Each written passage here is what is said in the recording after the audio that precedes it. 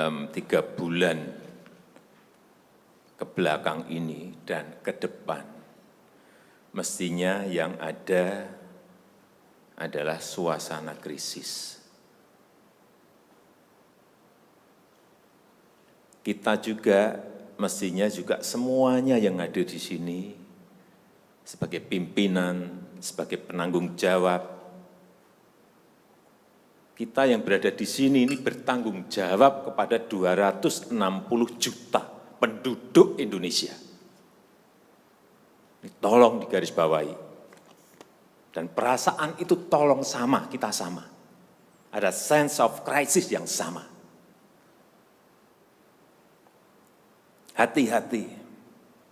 OECD terakhir sehari 2 hari yang lalu menyampaikan bahwa growth, pertumbuhan ekonomi dunia terkontraksi 6, bisa sampai ke 7,6%. 6 sampai 7,6% minusnya.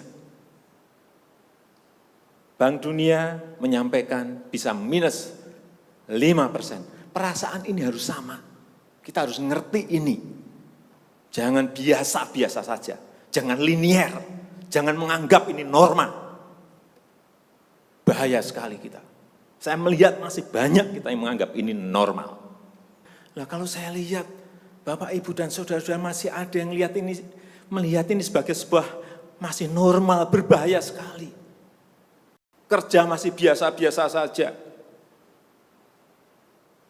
Ini kerjanya memang harus ekstra luar biasa, extraordinary. Perasaan ini tolong sama. Kita harus sama perasaannya, kalau ada yang berbeda satu saja sudah berbahaya. Jadi, tindakan-tindakan kita, keputusan-keputusan kita, kebijakan-kebijakan kita, suasana adalah harus suasana krisis. Jangan kebijakan yang biasa-biasa saja, menganggap ini sebuah kenormalan. Apa-apaan ini? Mestinya suasana itu ada semuanya. Jangan memakai hal-hal yang standar pada suasana krisis. Manajemen krisis sudah berbeda semuanya mestinya. Kalau perlu kebijakan perpu, ya perpu saya keluarkan. Kalau perlu perpres saya keluarkan. Kalau saudara-saudara punya peraturan Menteri Keuangan, keluarkan untuk menangani negara, tanggung jawab kita kepada 267 juta rakyat kita.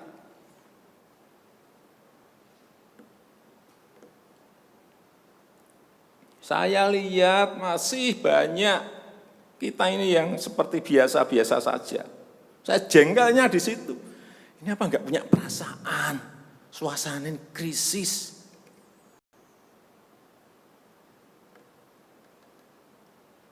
Yang kedua, saya peringatkan belanja-belanja di kementerian. Saya lihat laporan masih biasa-biasa saja. Segera keluarkan belanja itu secepat-cepatnya, karena uang beredar akan semakin banyak, konsumsi masyarakat nanti akan naik. Jadi belanja-belanja kementerian tolong dipercepat. Sekali lagi, jangan menganggap ini biasa-biasa saja. Percepat, kalau ada hambatan keluarkan peraturan menterinya agar cepat. Kalau perlu perpres, saya keluarkan perpresnya.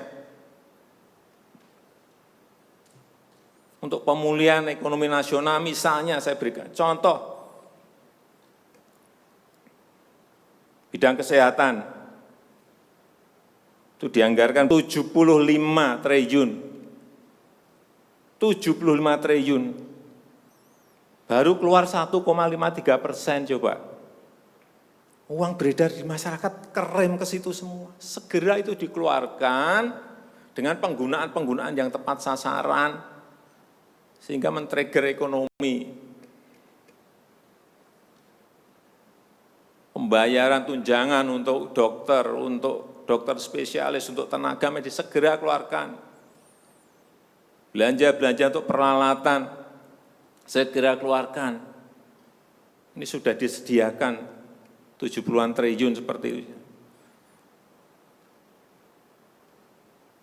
bansos yang ditunggu masyarakat, segera keluarkan. Kalau ada masalah, lakukan tindakan-tindakan lapangan.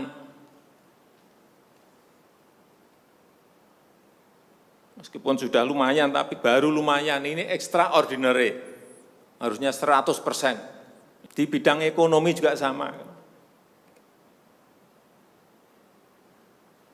Segera stimulus ekonomi bisa masuk ke usaha kecil, usaha mikro.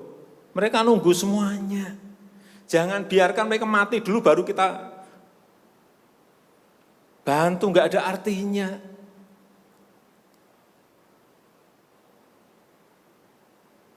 Berbahaya sekali kalau perasaan kita seperti nggak ada apa-apa, berbahaya sekali. Usaha mikro, usaha kecil, usaha menengah, usaha gede, perbankan, semuanya yang berkaitan dengan ekonomi manufaktur, industri, terutama yang padat karya, beri prioritas pada mereka supaya enggak ada PHK. Jangan sudah PHK gede-gedean, duit rupiah pun belum masuk ke stimulus ekonomi kita. Hanya gara-gara urusan peraturan. Ini extraordinary. Saya harus ngomong apa adanya, enggak ada progres. Yang signifikan enggak ada.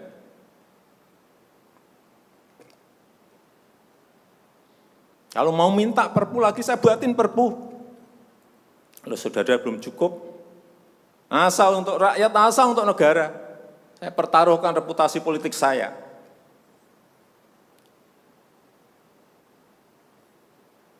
Sekali lagi tolong ini betul-betul dirasakan kita semuanya. Jangan sampai ada hal yang justru mengganggu. Sekali lagi, langkah-langkah extraordinary ini betul-betul harus kita lakukan. Dan saya membuka yang namanya langkah, entah langkah-langkah politik, entah langkah-langkah kepemerintahan akan saya buka.